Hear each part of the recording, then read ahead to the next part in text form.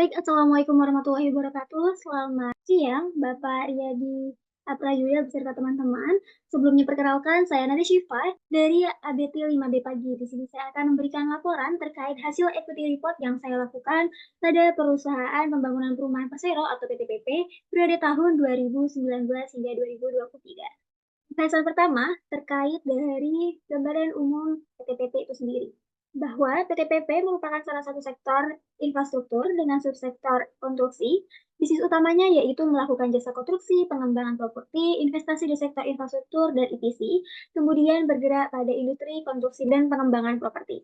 Harga per tanggal 12 bulan Januari 2025 yaitu 338 perak dengan tikar PTPP dan saya merekomendasikan untuk hold atau ditahan. Untuk penjelasan lebih lanjut akan saya sampaikan pada slide selanjutnya. Pembahasan yang pertama terkait gambaran umum perusahaan, bahwa nama PTPP ini resmi digunakan pada tahun 1971. Sebelumnya menggunakan nama NV Pembangunan Perumahan pada tahun 1953 dan PN Pembangunan Perumahan pada tahun 1960. Nah, dalam pengembangannya, PTPP ini terus bertransformasi dan melakukan pengembangan usaha di sektor pendukung.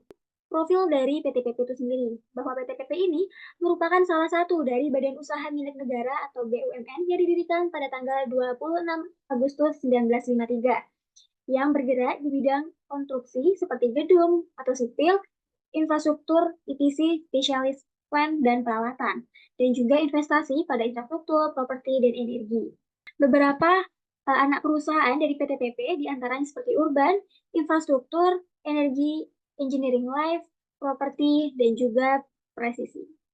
Model dan jenis industri dari PTPP, yaitu PTPP ini terlibat dalam proyek-proyek strategis nasional dan memiliki reputasi yang baik dalam pembangunan infrastruktur di Indonesia.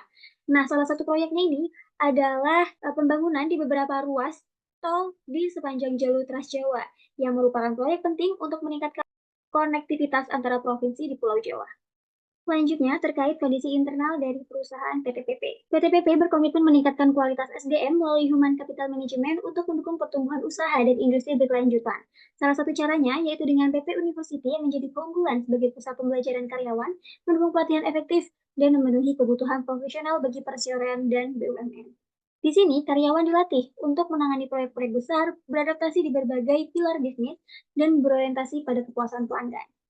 Di bawah kepemimpinan Bapak IR Novel Arsyad MM, PTPP ini berfokus pada diversifikasi bisnis, inovasi, dan juga efisiensi. Perusahaan mengoptimalkan proyek strategis nasional, termasuk pembangunan IKN, bendungan, jalan tol, dan juga energi terbarukan. Di sini terdapat piagam penghargaan MURI dari Museum Rektor Dunia Indonesia atas pelaksanaan PTPP melakukan pembangunan dua proyek, yaitu Yogyakarta International Airport dan juga Istora Papua. Selanjutnya yaitu terkait daftar pemegang saham. Di sini, daftar pemegang saham terbanyak yaitu dipegang oleh pemerintah sebesar 51%, menunjukkan kendali negara dan peran strategis perusahaan dalam pembangunan infrastruktur nasional. Publik memiliki 48,7%, mencerminkan transparansi dan juga akuntabilitas sebagai perusahaan terbuka. Korporasi karyawan memegang 0,03%, mencerminkan keterlibatan internal, sementara saham Tesur sebesar 0,23% digunakan untuk stabilitas harga saham dan kebutuhan strategis. Struktur kepemilikan ini mencerminkan keseimbangan antara kepentingan negara, infrastruktur, dan karyawan dalam mendorong pertumbuhan berkelanjutan di PTPP. Analisis ekonomi global dan lokal. Dalam kondisi ekonomi global, pada periode tahun 2019 hingga 2023, salah satu contoh proyek yang telah PTPP laksanakan yaitu North-South Commuter Rail di Filipina. PTPP bekerjasama dengan PT Adikarya mengerjakan dua paket proyek, yaitu CBS 01 sepanjang 1,2 km dan juga CPS 03C sepanjang 58 km. Dalam kondisi ekonomi lokal, beberapa proyek domestik yang PTPP laksanakan, diantaranya seperti Makassar Newport tahap 1B dan 1C, Jalan Tol Manado hingga Bitung, proyek di Ibu Kota Nusantara atau IKN, dan juga Jalan Tol Jogja-Bawen pada sesi kedua.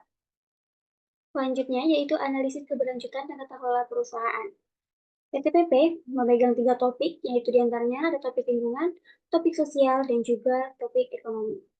Mengenai aksi korporasi, dari PTPP periode tahun 2019 hingga 2023, 2019 penawaran umum berkelanjutan obligasi berkelanjutan 2, PTPP tahap 2 tahun 2019 sebesar 1,250 M.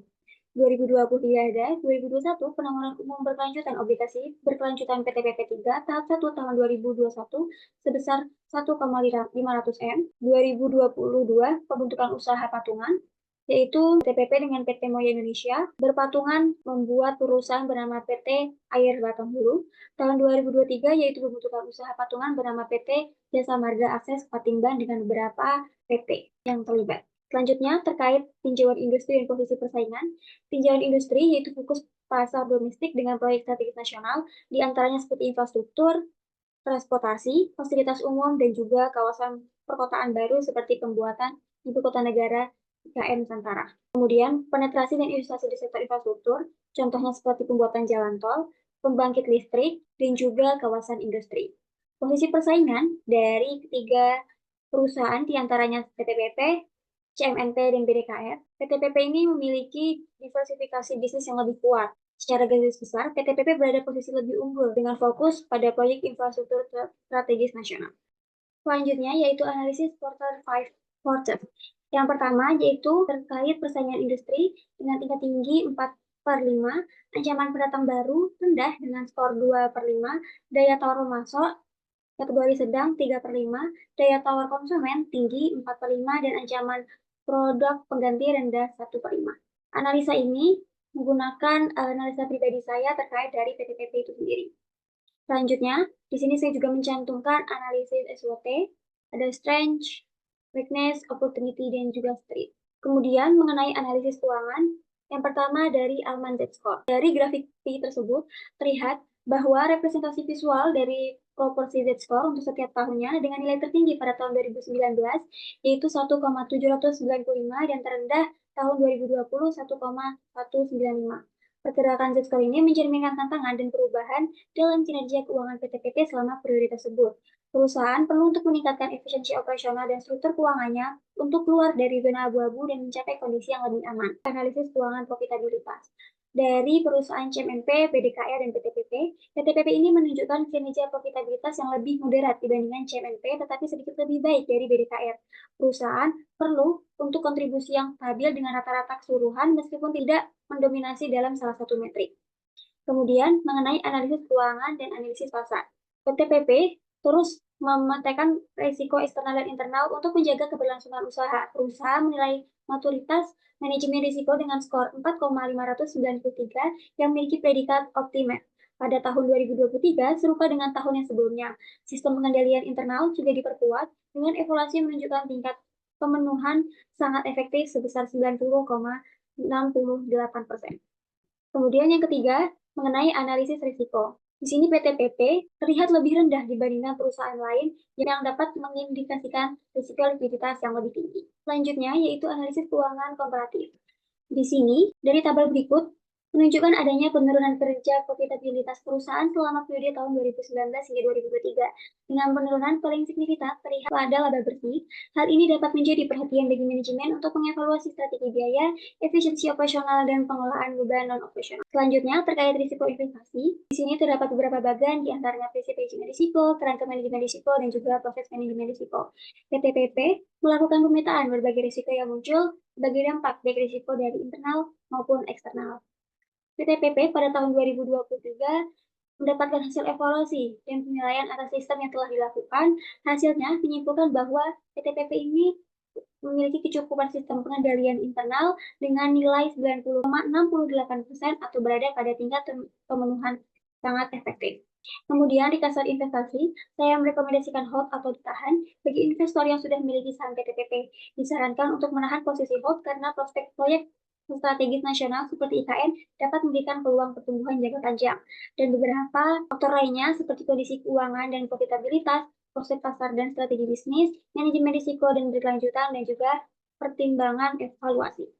Di sini saya juga telah membeli saham dari PTPP itu sendiri, yaitu saya beli dengan harga 346 perak dengan 50% merekomendasikan beli. Di sini saya berpartisipasi sebagai investor dengan membuka rekening investasi di sekuritas dan membeli saham sesuai dengan analisis yang saya lakukan. Terima kasih. Sekian hasil equity report yang telah saya buat pada perusahaan pembangunan perumahan Persero atau PTPP. Terima kasih. Wassalamualaikum warahmatullahi wabarakatuh.